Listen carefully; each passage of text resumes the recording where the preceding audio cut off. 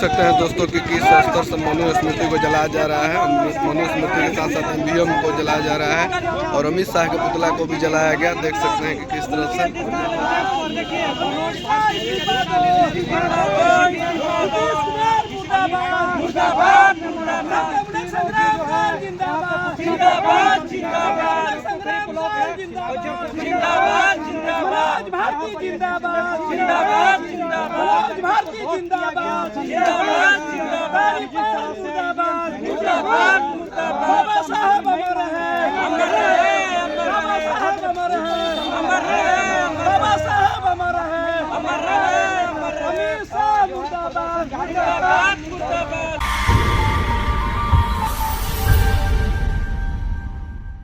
कि आप लोग अंबेडकर फैशन बना के रखे हैं। देखिए अंबेडकर कोई फैशन नहीं है। अंबेडकर जी का देन ही है कि आज वो भारत के गृह मंत्री है। हाँ। आज संविधान नहीं रहते, अगर अंबेडकर जी नहीं रहते तो आज देश के गृह मंत्री नहीं रहते। हाँ, भगवान का देन नहीं है। नहीं, भगवान का देन नहीं। भगवान तो सब काल्पनिक है। भगवान ने पूरा सृष्टि बनाया है जी। नहीं, सृष्टि नहीं बनाया है। सृष्टि जनता को बनाना पड़ता है। भगवान काहे बनाया है? तब वैज्ञानिक फेल है जी। हाँ। भगवान ने सब कुछ कर देता है। ब्रह्मा बॉर्डर के- पर सैनिक काहे के लिए रखा जाता है? ब्रह्मा के पुत्र मनु ने मनुस्मृति बनाया, उसके अनुसार जो है देश में सभी लोगों को चलने फिरने रहने की आजादी मिली और आप लोग उसी को जला रहे ये हैं। मनु स्मृति के देन नहीं है भाई साहब, ये हमारे संविधान की देन है। हाँ। इसी संविधान के ताकत है कि जो भारत के हर नागरिक अपना मूल कर्तव्य हक अधिकार मांग करता है। अब मनु स्मृति का देन रहता था हम लोग आज कहीं पतल बिनते, रोड पर बढ़ते, नरक वाले जिंदगी बिताते हम तो लोग। काहे ला इसको जला रहे हैं मनु स्मृति को?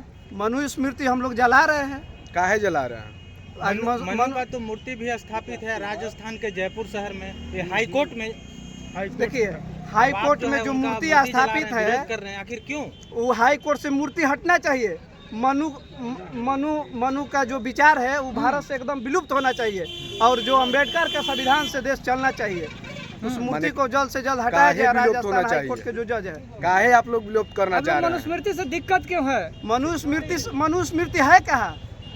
संविधान से देश चल रहा है। मनुस्मृति कौन जानता है? तो आप काहे ला जला रहे हैं ग्रंथ इसको? है, पवित्र ग्रंथ है हिंदुओं का और उसको आप लोग हिंदुओं ऐसे का चौराहे ग्रंथ पे नहीं है। जला रहे ये हैं। का पखंडवाद और अंधविश्वास का गणित है। इसको इसीलिए हम लोग जला रहे हैं। हाँ, हाँ। क्या कहिएगा सर आप? आज हमनी के चरपोखरी में अमित शाह जी जो गृह मंत्री हैं उनका पुतला दहन कर रहे हैं और साथ साथ ईवीएम और मनु स्मृति को उसको भी हम लोग यहाँ आज जलाने का काम करेंगे। 1927 में बाबा साहेब ने पहली बार मनु स्मृति जलाई थी।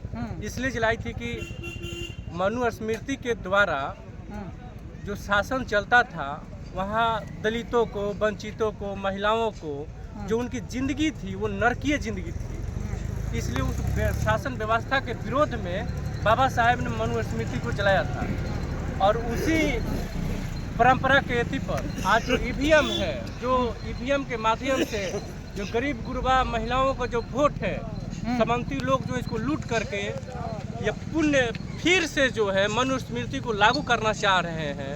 इसीलिए हम लोग जो है एक साथ मनु स्मृति और ईवीएम दोनों को दहन कर रहे हैं कि ईवीएम हटाई जाए और यहाँ जो बैलेट से चुनाव हो और यहाँ लोकतंत्र जो है बाबा साहेब की जो देन है लोकतंत्र उसको स्थापित की जाए। सुप्रीम कोर्ट तो कह रही है कि ईवीएम में कोई ऐसा छेड़छाड़ नहीं हो सकता है।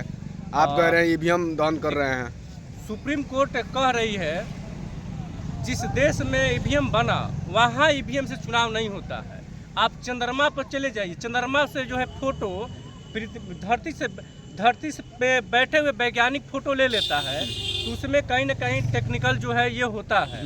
तो क्या ईवीएम जो है नहीं हो सकता, इसमें भी छेड़छाड़ है। मैंने आपका कहना है कि विदेश में जो बनाया वो लागू नहीं किया है और जहाँ बना नहीं है वो लागू कर रहा है। इसलिए शक है। इसी ईवीएम से चुनाव करके आदिवासी दलित राष्ट्रपति बन गए और आप इसी ईवीएम पर सवाल खड़ा कर रहे हैं। ईवीएम से जो राष्ट्रपति बने हैं ईवीएम के माध्यम से चुनाव नहीं होता है। उनका बैलेट पेपर से चुनाव होता है। बात समझिए। और हम जो है बोले तो एक बार और अच्छी बात आपने याद दिलाया, हम यहाँ जो सत्ता पक्ष में है और जो विपक्ष में है उनसे भी हम बोलना चाहेंगे कि आपकी जहाँ सरकारें हैं वहाँ के जो पंचायती चुनाव होता है, जो विपक्ष के जितने भी नेता हैं उनसे भी हम ये बोलना चाहते हैं, जो पंचायत के चुनाव होता है वो राज्य सरकार के अधीन होता है। तो आप कम से कम आप बैलेट पेपर पर चुनाव करवाने का काम करें, तब जाकर के आप जो है सत्ता पक्ष को बोले। ये दोनों जो है, एक विपक्ष में कांग्रेस बोलिए चाहे बीजेपी बोलिए, दोनों जो है ननद भौजाई वाली लड़ाई लड़ता है कि ये करना चाहिए चाहे वो करना चाहिए। जहाँ जहाँ सरकार है कांग्रेस की, वहाँ वहाँ ये जो है पंचायती चुनाव ये बैलेट पेपर से नहीं करवाता है, ईवी करवाता है। कोची से ये करवाता है, ईवीएम से। हाँ, हमारी मांग है कि नहीं, आप पे यहाँ जो चुनाव जो हो बैलेट पेपर से हो।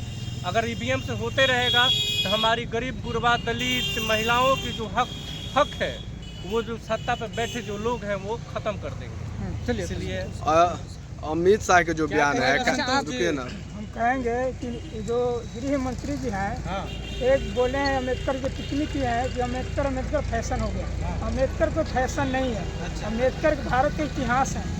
जो भारत के इतिहास ही नहीं मालूम है तो गृह मंत्री को क्या पता कि बाबा साहब के क्या इसमें। उनको गृह मंत्री को सोचना चाहिए कि हम किस पे बात कर रहे हैं। हमको लगता है कि वो स्कूल कभी गए ही नहीं।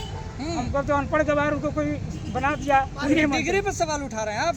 हाँ, डिग्री पर सवाल उठाएंगे क्योंकि बाबा साहब को हम अपमानित किए हैं। हाँ, उन्होंने सही तो कहा है, कोई भी चौराहे पे आ जाता है अम्बेडकर जय भीम करने लगता है, तो सही तो बोल रहे हैं वो। अम्बेडकर जय भीम कहने वाला वो जो होता है तो स्वर्ग में चले जाइएगा। अरे स्वर्ग किसी भगवान ने का नहीं नाम लीजिए ना जी। देखा है, स्वर्ग किसी ने नहीं देखा। अमित शाह के जाने का उनका मन है कि हम स्वर्ग में जाएंगे तो जल्द से जल्द जाए, उनका इस्तीफा वहाँ से स्वागत किया जाएगा। हमको स्वर्ग सबको यही है। आप लोग को स्वर्ग में नहीं जाना है? हमको स्वर्ग में नहीं जाना है।